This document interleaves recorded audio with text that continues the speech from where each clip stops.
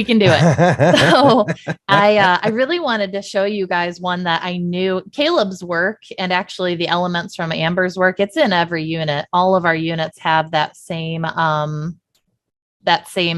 that same goal of active learning. This is one kind of right in the middle. It's for the second half of world history. And so this curriculum set, it goes everywhere from like Renaissance and Reformation all the way through today. I worked with a lot of amazing teachers on all of the components and a team at Teachers Discovery as well. And so it's really helpful when you have so many teachers that are invested in what we're creating. So for this one in particular, you'll see just the range of activities that teachers came up with. So this is the Age of Revolutions, specifically talking about 1774 to the mid 1800s.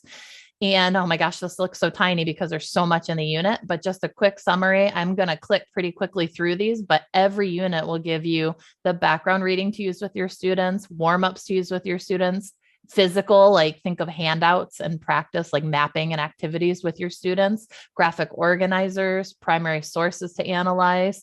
This one includes hero or villain mini posters, which is interesting because that's something Caleb was just talking about. So they come up in here and activities to do with those posters. This unit includes a mock trial, putting Robespierre versus the French Republic.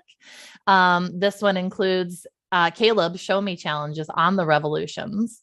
Caleb's Easy debate, can the French Revolution be considered a success? And then 2 complete document-based question essay activities and more. This is the intro reading. Every piece in what you're looking at is the teacher edition. When you download a unit, you actually get student pages as well that are editable for your students in case you wanted to load it to like Blackboard or Schoology or, Google Classroom or anything like that. And it's already pieced out for you. So you're seeing 116 pages at once. Your students would never see it like this. So lots of images, a lot of information. Here's the teacher edition warm-ups. I love that bottom one. You say you want a revolution, and it talks about the 3 estates. So we give you, as you can see on the teacher edition, 2 per page, but there's a lot of warm-ups here so that you could choose the pieces you want, or if you want to use all of them, you'll have activities for several weeks. Or maybe you just want to pull 1 or 2. That's the beauty of these, is that everything is there to completely teach revolutions from start to finish, or you could jump around. So we include things like web quests, Venn diagrams. I like this one because it's a contrast of the Declaration of Independence with the Declaration of the Rights of Man and Citizen. And man, does that lay the path for so much discussion. A mapping activity, comparing revolutionary leaders. This one's kind of fun when students are thinking of the boiling point for what actually led to the outbreak of a revolution. Profiling someone or something, a revolution or someone from the revolution. Cost benefit analysis. I taught economics at the same time. I always taught at least 3 subjects at once. So for me, economics, US history, and world history was the norm, but sometimes civics got thrown in there as well. And so I love when you can mix all of those different mindsets. Now this is the teacher edition. So the answer key to all activities. Graphic organizers. Does anyone use Sprite? I loved Sprite when I taught. Or this one might be a little more familiar, Soapstone. These are awesome when you're breaking down primary sources with your students. I used these at the middle school level. I used these at the high school level. I actually used these when I was teaching and I was doing my student teaching to other college students. I remember using these. So specific primary sources with transcriptions.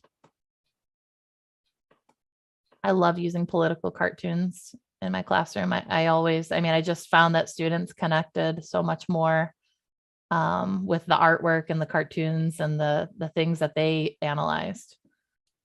So here's one of the hero or villains. This is an actual poster that we at Teachers Discovery sell. They're so valuable, and we have so many teachers telling us that they wanted them in the units because they use them kind of like what Caleb was saying. They actually assign roles for, was Marie Antoinette a hero or was she a villain? And they have students really dig into that concept and break it down. And so these are kind of a fun summary that teachers have told us they like to project when they're initiating or maybe at the end of those discussions. And we include Napoleon Bonaparte too. And then this is when it's a lot of fun, when you let students get really excited about the era that you're teaching, so much so that they get invested in one person, or sometimes it's really hard for them to narrow it down. And they ask you, can I do two people? I can't decide. But you're letting them do the research on whoever they want to put kind of in that debate realm of, are they a hero or villain, and really look at their character and their achievements and actions. And so here is the first activity. Everything up to this part was kind of more traditional, I would say, in terms of handouts and things that you could load or print or project. But this is an actual criminal charge against Robespierre, where he's being put on trial. And so I'm going to click pretty quickly, but we give you everything to do the mock trial, including a day-by-day breakdown and how many minutes to spend on different roles, and background readings for your students, and the links that they would research, the definitions they would need to know, how to guide the defense and the prosecution.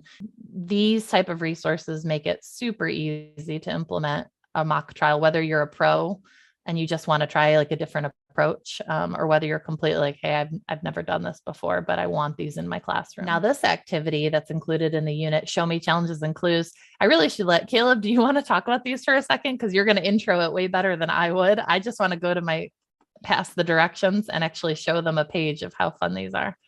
I just like to throw out challenges to kids, and I don't like it to be this, oh, this is a 2-day assignment. No, we can hit a lot of challenges on the same topic, and it just, it spurs people to go into their creative realm. Mary's showing the page that has speed challenges, and those are just quick content speed. Hey, who did this? What happened here in the French Revolution? And they're just giving quick answers. If you can do it in a game format or however you want to, when you're just challenging kids. And then there's other challenges, which are time challenges, where you give them, hey, in 2 minutes, can you produce this? Or in 30 seconds, can your group produce this? I can have that sheet that's on the screen right in front of me, and I can just pull 2 or 3. It's just right there. And as a first-year teacher, second-year teacher, 20 years of teaching, I just love having that resource. And then the last one type of challenge is the creative challenge. I love it because, hey, students, in 4 minutes, I want you to write me a poem about Robespierre, or I want you to do an alliteration about Marie Antoinette, or about the Directory, or whatever it is in relation to the French Revolution. And there's a ton of different creative challenges. We discuss them after they show them. It's just great. This is probably one of my very favorite things in the units, because, you think of what's in a traditional learning unit, and then you don't necessarily piece like making music to Twinkle, Twinkle, Little Star on the revolutions, or charades, the game of charades with revolutions. So these are fun because, they're writing, there's a lot of movement, and there's a ton of them in here, a ton of activity. Okay. And so with every activity, we include something that you as the teacher could either use as a discussion piece, or we actually made it something where there is a name, date, and hour if you wanted to have this be a formal student response that they submit to you. But every activity, I think it's really important to debrief. So we include those. Can the French Revolution be considered a success?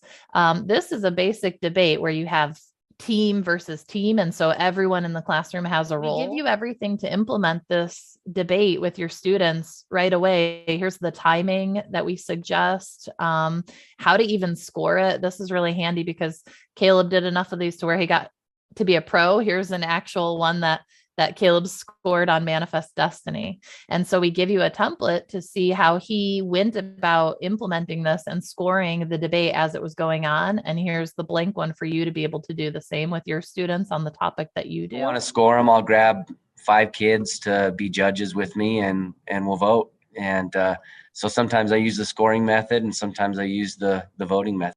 Yeah, I think that's the beauty of the activities that are in here. You have everything to do the debate, and you have modifications and a lot of options to make it fit best with, like Amber was saying, your students better than I do, or than Caleb does. And what your ultimate goal is out of that particular activity. Here's the actual questions that the yes team and the no team would be asked. Now, we also include document-based questions, which are very important in each every single thematic hybrid unit. This unit, I believe, has two, I said. So this first one, what were the underlying causes that ignited the American Revolution? You can see we give you a collection of documents and spots for the students to respond right under each one. And then the key to that, as well as sample student essay positions that they would take. And then the second DBQ, what were the causes of the French Revolution? We have a lot of fun with these extension activities. I've heard these being used as just a, hey, I wanted to challenge my students and they finished early. And I told them to pick an extension activity off this page and run with it. I've heard teachers use them and weave them right into their unit. Every single unit comes with extra activities and essay questions. Kind of what Caleb said about the show me challenges and clues that you can just grab and go. There's not a whole lot of, there isn't work involved. It's ready to use. It's a prompt that you can supply with your students and they can hit the ground running. And we include a rubric for grading those and giving feedback to the students anytime that they, not necessarily just for extension activities, but on any of the activities. Our units are standards aligned. I didn't want to go too deep into that, but we aligned to both C3 and to Common Core. And then we link to all of the resources that are included in this unit. If you wanted to know more about the individual pieces that you're using, or you wanted, maybe really liked that mock trial and you wanted to go deeper into that mock trial in particular, these are by far the thing that I think they're extremely popular, like I said, because they work with project-based learning, because they work with Caleb's awesome resources, because so many teachers have weighed in on these. We've heard that teachers are using them in person, remotely, hybrid, pretty much any setting, homeschooling. So that's kind of the cool thing, is the flexibility. We have literally a thematic unit for any social studies, because we also have economics units and government units and geography units. There are 40 of them now. So I think you should totally let them, this is just my 2 cents, but I think you should let them pick any unit they want. Definitely. I'm not going to guess this.